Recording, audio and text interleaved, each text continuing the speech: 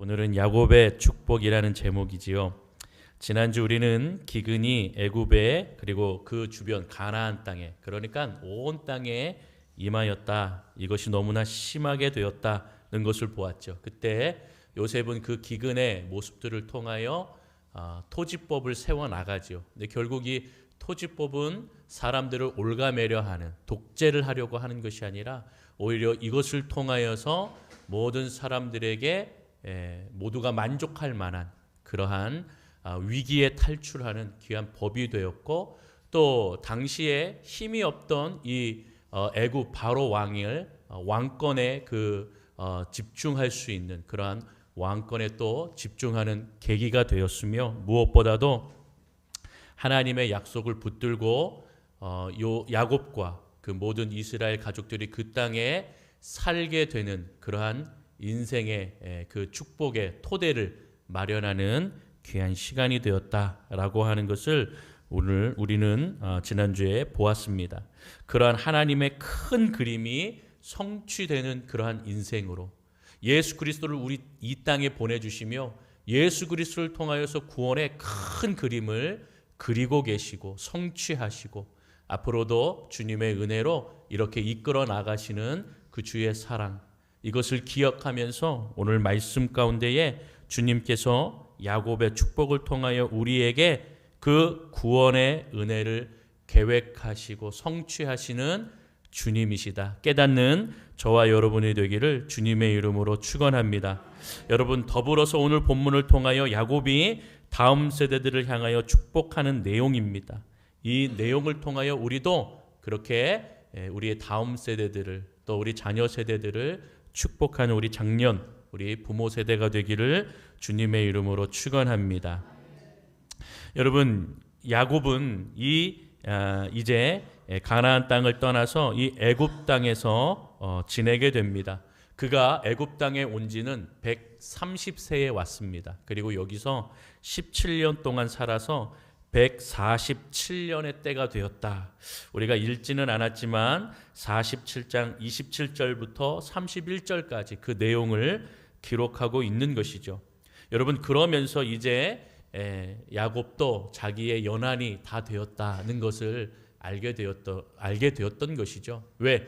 육신이 이제 말을 듣지 않고 그 젊었을 때의 힘이 나지 않는 겁니다. 그래서 이렇게 이제 눕게 되었다는 것을 말하고 있는 것이죠. 그래서 나도 이제 조상들이 가야 하는 그 땅, 거기에 내가 함께 눕게 될 것이다는 것을 직감하게 되고, 요셉을 불러서 또 요셉을 통하여서 그의 자녀들을 축복하는 그 내용을 기록하고 있습니다. 특별히 48장부터 그 내용을 우리에게 말씀해 주고 있는 것을 볼 수가 있습니다. 2절에 보니 야곱과 이스라엘, 이 두 이름이, 한 사람의 이름이 같이 쓰여진 것을 볼 수가 있습니다. 어떤 사람이 야곱에게 말하되 내 아들 요셉이 내게 왔다 하매 이스라엘이 힘을 내어 침상에 앉아. 여러분, 한 사람의 이름을 여기에 두 개로 나누어 기록하고 있죠. 야곱이라는 인물, 이스라엘이라는 인물. 이 야곱은 옛 이름이죠. 이 이름의 뜻은 교활하다, 영리하다는 뜻입니다. 그의 인생을 상징하는 그러한 이름이지요. 여러분, 반대로 이스라엘은 새 이름입니다. 하나님께서 주신 그의 새 이름, 하나님과 겨루어 이기다. 그래서 하나님이 너와 함께하고 하나님이 너에게 준비한 놀라운 축복과 은혜를 너뿐만 아니라 너의 모든 자손들에게 성취되게 할 것이다 하는 그 놀라운 축복의 의미를 담고 있는 것이죠. 여러분, 축복의 유언을 남길 때만큼은 야곱이 아니라 이스라엘이었다라는 것을 성경은 기록해주고 있는 것이죠. 우리의 연약함, 부족함이 야곱과 같은 인생을 살고 있지만 다음 세대, 자녀 세대를 축복할 때는 여기에 계신 우리 모든 성도님들 다 하나같이 이스라엘과 같은 인생, 이스라엘과 같은 축복, 그 모습으로 우리 다음 세대들을, 또 우리 사랑하는 옆에 우리 모든 성도들을 축복하시는 저와 여러분이 되기를 축원합니다. 여러분, 그렇게 이 요셉을 축복하면서 야곱은 뭐라 얘기합니까? 3절에 보니 가나안 땅 루스에서 전능하신 하나님이 내게 나타나사 복을 주시며. 여러분, 베델에서 주님을 만났죠. 그 주님을 이제 고백하고 있는 것을 볼 수가 있습니다. 여러분, 믿음의 부모에게는요, 하나님을 만난 스토리, 하나님을 만난 간증이 있는 것입니다. 부모가 자녀에게 물려줄 수 있는 제일의 유산은 무엇입니까? 믿음입니다. 여러분, 그 믿음의 스토리가 여러분들 안에, 그 믿음의 스토리가 잘 있는 것이죠. 그 믿음의 스토리를 나만 간직하는 것이 아니라 나의 옆에 사람들에게, 가족에게, 그리고 내가 만난 그 하나님을 우리 자녀에게 그렇게 간증하고 전할 수 있는 것은요, 하나님이 주신 축복인 줄로 믿습니다. 내가 만난 하나님, 나의 하나님, 그 하나님을 증언하는 것은요, 굉장히 중요한 것입니다. 그래서 여러분, 저와 여러분들이 주님을 만난 스토리가 있다, 주님을 만난 간증이 있다는 것은요, 얼마나 좋은 복음의 도구가 되는지 모릅니다. 특별히 우리 믿음의 가정에게, 자녀에게, 다음 세대에게 이 믿음의 스토리를 들려주는 것은 중요한 것이죠. 여러분, 이 믿음의 스토리가 바로 믿음의 유산으로 이어가는 가장 중요한 핵심 요소 중에 하나다라는 것이죠. 사실 야곱은 복을 받을 자격이 없는 사람이었습니다. 쌍둥이 형이었던 에서, 그리고 자기의 아버지 야곱을 속이고 장자의 축복을 가로챘지요. 그리고 삼촌 라반에게 도망쳐 나아갔습니다. 그러나 하나님이 복을 주셨죠. 오늘 고백하고 있듯이 가나안 땅 루스에서, 그 베델 땅에서 하나님을 만나서 하나님께서 나에게 축복해 주셨다. 내가 그 하나님을 만났다. 여러분, 이처럼 자격 없는 우리에게도 주님이 나를 만나주시고 은혜의 하나님으로 날마다 다가오시는 줄로 믿습니다. 그 은혜의 하나님을 만나셨던 그 믿음의 스토리, 그 믿음의 간증들을 가지고 여러분 잊지 마시고 그 주님의 은혜 아래 날마다 은혜의 주님을 전하며 그 은혜의 주님과 함께 동행하며 감사하며 살아가시는 저와 여러분이 되실 줄로 믿습니다. 여러분, 야곱은 이렇게 유언을 하고 있습니다. 자, 그런데 조금 이상한, 이해하기 힘든 그러한 이야기를 하는 것을 볼 수가 있습니다.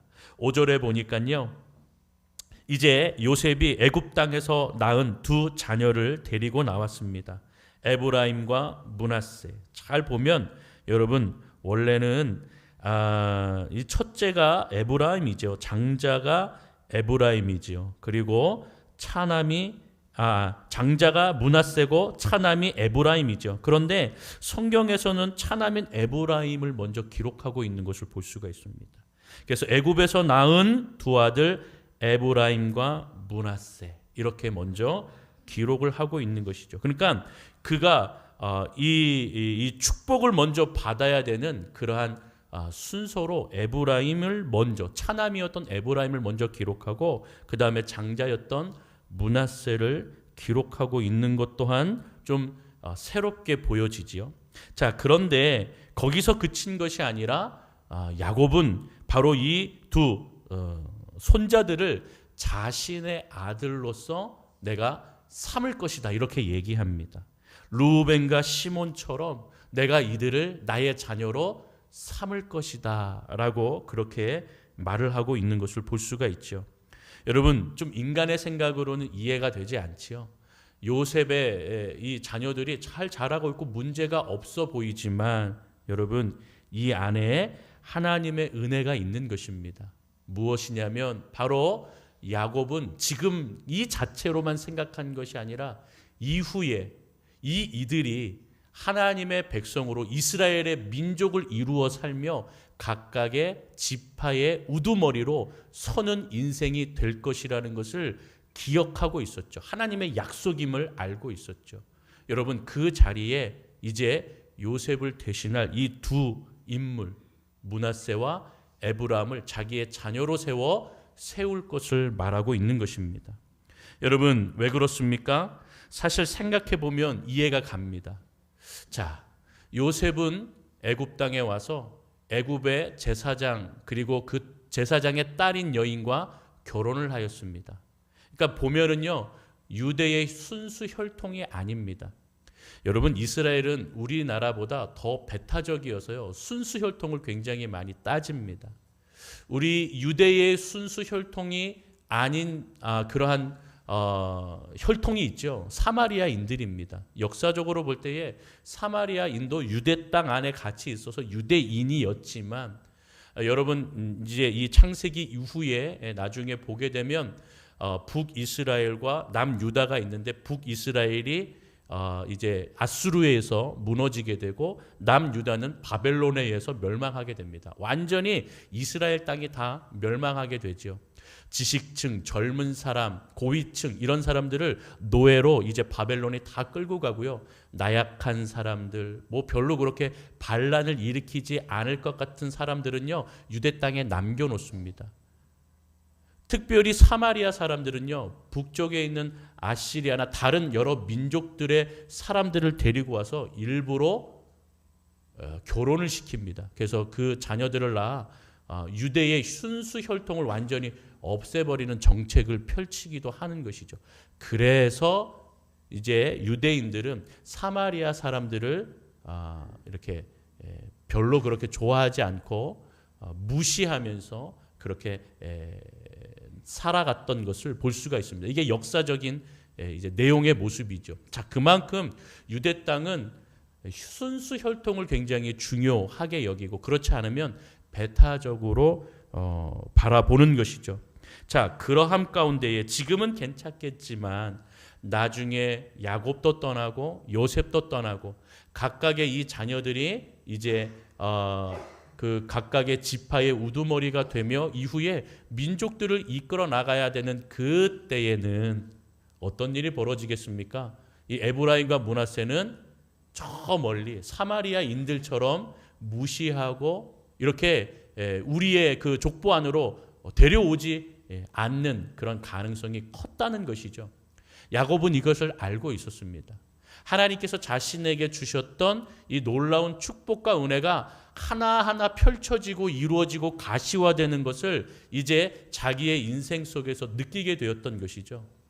130세가 되어 애굽 땅으로 오고 또 17년을 살아가면서 하나님께서 나에게 주신 꿈들이 이렇게 펼쳐지고 성취되어지는 거구나. 그러니 우리 아브라함 할아버지에게 주셨던 그 약속, 400년 동안 이 민족에게 우리가 살게 될 것이고 그 이후에 하나님께서 다시 고향 땅 가나안으로 우리를 인도하실 그때에 우리 12지파 이 12 아들들을 통하여 놀랍게 하나님께서 역사하시겠구나. 야곱은 그것을 너무나 잘 이해하고 알고 있었던 것입니다. 그래서 이 두 아들, 요셉의 두 아들 에브라임과 므낫세에게 지금 자기의 아들들로 자기의 족보 안에 그렇게 넣을 것을 약속하며 얘기하고 있는 것입니다. 여러분, 그래서 야곱은 요셉의 두 아들을 자녀로 삼는 축복을 지금 이야기하고 있는 것이죠. 하나님의 축복이 자녀들에게 흘러갈 때에 법칙이 있습니다. 첫 번째는 무엇이냐면 바로 아버지의 권위를 타고 흘러간다라는 것입니다. 다시 말하면 믿음의 부모의 그 영적 권위를 타고 자녀에게, 가정 안에 흘러간다는 것입니다. 여러분, 믿음으로 보면 요셉이 오히려 아버지인 야곱보다 믿음이 더 크고 강했던 것을 볼 수가 있습니다. 죽음의 위기 가운데서도 늘 하나님이 나와 함께 하심을 믿고 의지하였기 때문에 애굽 땅에서 그 17세의 소년으로 와서 13년 동안 모진 고통, 무시, 노예의 삶, 감옥에서의 삶을 다 믿음으로 이겨낸 것이죠. 그리고 애굽의 총리가 되었던 것입니다. 그런 것을 보면 물론 야곱도 험한 세월 인생을 살았지만 이 요셉의 믿음도 굉장히 꽤 훌륭한 믿음이었다라고 말할 수가 있는 것이죠. 여러분, 그런데 요셉은 그러함에도 불구하고 아버지 앞에 순종하였습니다. 아버지가 내가 축복을 하겠다라고 하는 그 말에 오히려 감사한 마음을 가지고 아버지의 영적 권위 아래 순종하였다는 것이죠. 왜냐하면 요셉도 하나님의 축복을 믿기에 아들들에게 야곱에게 데려나와 축복을 먼저 받을 수 있는 그러한 은혜의 시간이 이렇게 먼저 갖게 된 것을 볼 수가 있죠. 믿음의 부모가 되시는 저와 여러분, 우리 모두가 다 바로 그러한 모습들이 있는 겁니다. 부족한 우리의 믿음도 있지만 하나님이 주시는 그 가정의 축복은요, 부모를 통하여 우리 가정의 자녀에게, 다음 세대에게 흘러가는 줄로 믿습니다. 영적 권위를 세워 축복하시는 그러한 믿음의 성도들이 다 되시기를 주님의 이름으로 축원합니다. 두 번째 법칙은요, 부모가 축복의 디딤돌이 되어야 된다는 것이죠. 우리가 다음에 보겠지만 창세기 49장에 보면 이제 야곱이 12아들을 다 불러서 하나하나 축복하는 장면이 나옵니다. 그 축복 가운데서도 요셉을 가장 길게 축복하는 것을 볼 수가 있죠. 여러분, 요셉 이 므낫세와 에브라임 두 자녀에게 축복을 먼저 하였지만 이제 49장에는 다 일일이 하나하나 자녀에게 축복을 하면서 바로 이 자녀들이 자기 자녀들의 가정의 축복의 디딤돌이 되는 것이다. 이것을 보여주고 있는 것이죠. 그래서 아버지를 통하여 아들들에게 축복의 디딤돌이 되게 하는 모습을 보여주고 있는 것이죠. 우리 사랑하는 모든 이곳에 있는 주님의 자녀들, 또 믿음으로 나아가시는 믿음의 또한 부모 세대들 다 모두가 우리 가정에 또 우리 교회의 다음 세대들에게 축복의 디딤돌이 되시기를 주님의 이름으로 축원합니다. 세 번째 법칙은 무엇이냐면 감사와 감격으로 바로 축복해야 된다는 것입니다. 감사와 감격의 마음으로 축복해주는 저와 여러분이 되어야 되는 것이죠. 야곱은요, 정말로 진심을 다하여서 바로 축복하고 있는 것을 볼 수가 있습니다. 10절과 11절을 보면은요, 야곱은 이렇게 고백합니다. 이 요셉의 두 아들을 축복하면서 내가 너희들을 보지 못할 뻔하였지만 하나님의 은혜로 내가 요셉을 다시 만나고 또 이렇게 므낫세와 에브라임을 보게 하시는 것은 하나님의 놀라운 축복이다, 은혜와 섭리다라는 것을 고백하는 것이죠. 여러분, 정말로 요셉은 죽은 줄만 알았던 아들이었습니다. 그런데 20년이 지나 이렇게 만나게 되었던 것이죠. 그동안의 아픔과 상처보다 감사한 것을 남기면서 아버지의 모든 것을 축복하는 그 모습을 보고 있는 것입니다. 얼마나 감사하겠습니까? 얼마나 감격적입니까? 그러한 감사와 감격을 담아서 그렇게 아낌없이 자녀를 축복하는 우리가 야곱을 볼 수가 있는 것이죠. 바라기는 하나님께서 저와 여러분들에게 또 우리 다음 세대들에게 마음을 당하여서 마음의 상처도 있고 자라가면서 여러 아픔들도 분명히 있는 인생이지만 주님의 은혜로 깨끗게 하여 주시고 건강한 주님의 축복을 가정에게 나누어 주시는 은혜를 주실 줄로 믿습니다. 그 은혜 가운데에서는 우리 연동교회 모든 성도님들 또 이 자리에 있는 우리 장년 부모 세대가 되시고 우리 다음 세대가 다 되기를 주님의 이름으로 축원합니다. 여러분, 그런데 12절에 보니까 이 므낫세와 에브라임을 축복하는 과정 가운데에 부모의 선입견과 하나님의 뜻이 충돌하고 있는 것을 볼 수가 있지요. 여러분, 지금 요셉은 자기의 자녀들 에브라임과 므낫세를 데리고 와서 아버지께 축복해달라고 그렇게 이야기를 합니다. 그러면 여러분, 보통 이제 장자인 므낫세 그리고 차남인 에브라임 이렇게 있으면 오른손을 장자인 므낫세에게 올리고 또 왼손은 바로 차남인 에브라임에게 올려야 되는 것이 유대의 그 문화로서 보면 그것이 맞는 것이죠. 그런데 야곱은 지금 어떻게 하였습니까? 다르게 하였습니다. 자기의 오른손을 므낫세가 아니라 바로 차남인 에브라임에게 이렇게 준 것이죠. 그리고 자기의 왼손은 장자였던 므낫세에게 준 겁니다. 이렇게 엇갈려서. 그래서 여러분 14절을 보면 뭐라고 표현하냐면 이스라엘이 오른편을 펴서 차남 에브라임의 머리에 얹고 왼손을 펴서 므낫세의 머리에 얹으니 므낫세는 장자라도 팔이 엇바꾸어 얹었더라. 그러니까 팔을 이렇게 엇바꾸어서, 그러니까 오른손에 므낫세를 위치하게 하고 왼손에 에브라임을 위치하게 그렇게 요셉이 앉혔는데 의도적으로 이렇게 맞바꾸어서 손을 바꾸어서 축복하고 있는 것을 본 것이죠. 여러분, 이스라엘 민족에게 오른손은 무엇을 뜻하냐면 능력과 축복을 상징합니다. 그렇기 때문에 장자에게 그렇게 하나님의 그 아버지가 주는 놀라운 은혜 축복이 장자에게 먼저, 그리고 차남에게 그렇게 이어지는 것입니다. 그러니까 오른손이라는 것은 굉장히 중요한 의미죠. 그래서 성경에 보면은요, 어떠한 문제가 있고 어려움이 있고 악한 것이 힘들게 할 때에 하나님의 오른손으로 우리를 붙들어 달라고 그렇게 기도하는 내용들이 성경에 종종 나옵니다. 그만큼 오른손은 그렇게 권능과 힘과 축복을 의미하는 것이죠. 여러분, 그런데 지금 상황이 어떻게 되었습니까? 오른손이 장남인 므낫세가 아니라 에브라임에게, 그리고 왼손이 차남인 에브라임이 아니라 장자인 므낫세에게 지금 어긋나 이렇게 가고 있는 것을 요셉은 보았죠.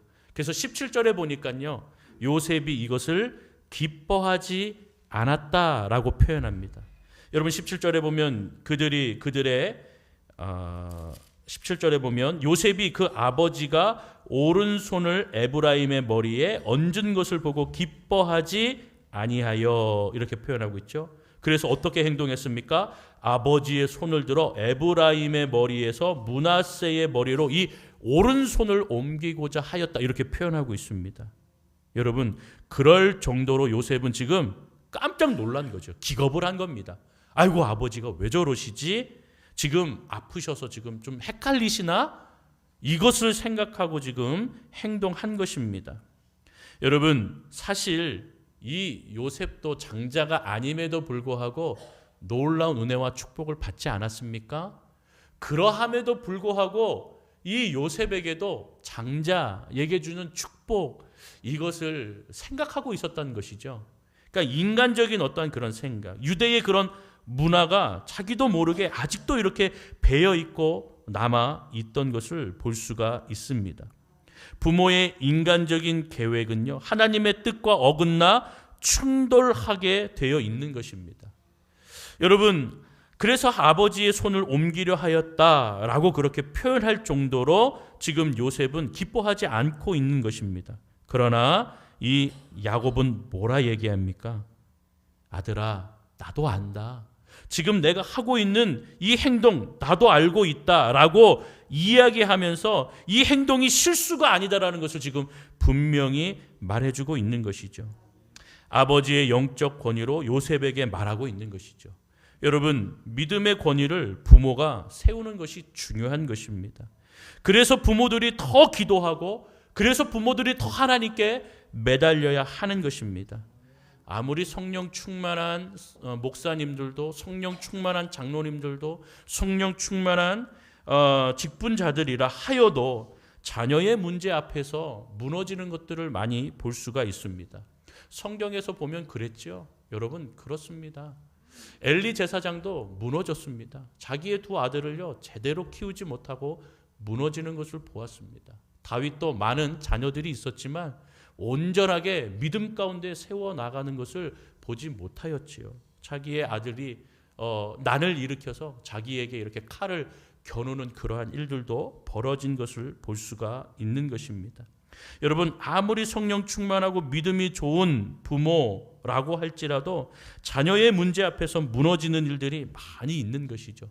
그렇기 때문에 부모가 더 많이 기도해야 하는 것입니다. 어쩔 수 없다라는 말을 하죠. 이제 자라서 어쩔 수 없어요. 물론 그렇지요. 많이 포기하고 많이 양보하였기 때문에 어쩔 수 없는 것이죠. 여러분, 그러기 때문에 어떻게 해야 됩니까? 더 많이 기도하고 더 많이 하나님께 매달려야 하는 것입니다. 어쩔 수 없다고 손 놓고 계시면 안 되는 것이죠.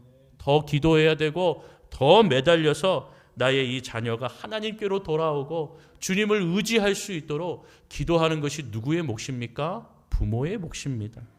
그러면 하나님이 개입하시고 만져주시는 것이죠. 때로는 큰 수술이 필요하면 하나님은 큰 수술, 손을 대시어 큰 수술을 하시기도 하는 겁니다. 여러분, 그게 하나님의 주권이요, 하나님의 은혜다. 그리고 여러분, 자녀를 향하여서 부모는 영적인 권위를 분명히 세워야 하는 것입니다. 야곱이 오른손으로 차남인 에브라임에게, 왼손으로 장남이었던 므낫세에게 올린 것은요, 그가 의식적으로 한 것이지만 결국에는 하나님이 하셨다는 것을 지금 말하고 있는 것이죠. 인간은 나이와 서열을 따집니다. 그러나 하나님의 나라는 나이와 성별을 따지지 않는 것이죠. 장남이 차남이 되고 차남이 장남이 되는 겁니다. 여러분, 그러한 성경의 말이 있는 것이죠. 먼저 된 자가 나중되고 나중된 자가 먼저 되는 것, 그 나라가 하나님의 나라다라고 말하고 있는 것입니다. 예수님도 당시 유대인들이 장남이었지만 차남이었던 이 이방인들에게 구원의 그 문턱을 내리시고 그 담을 허시고 하나님의 놀라운 복음이 온 땅에 이르러 그 구원을 이루게 하시는 역사가 예수 그리스도의 십자가의 보혈의 은혜로 가능하게 되었다. 할렐루야. 여러분, 그래서 유대인들은요, 선민 사상에 의해서 구원은 우리만 받는 것이다 라고 그렇게 믿었지만 예수 그리스도의 고난과 또 예수 그리스도의 십자가 보혈의 은혜로 인하여서요, 그 모든 담이 허물어져서 유대인뿐만 아니라 바로 주의 이름으로 나아가는 모든 자들, 이방인들에게도 구원의 은혜가 임하게 된 줄로 믿습니다. 여러분, 그 은혜가 오늘까지 이르러 저와 여러분들이 믿게 된 것이지요. 이것은 놀라운 은혜와 하나님의 계획이라는 것입니다.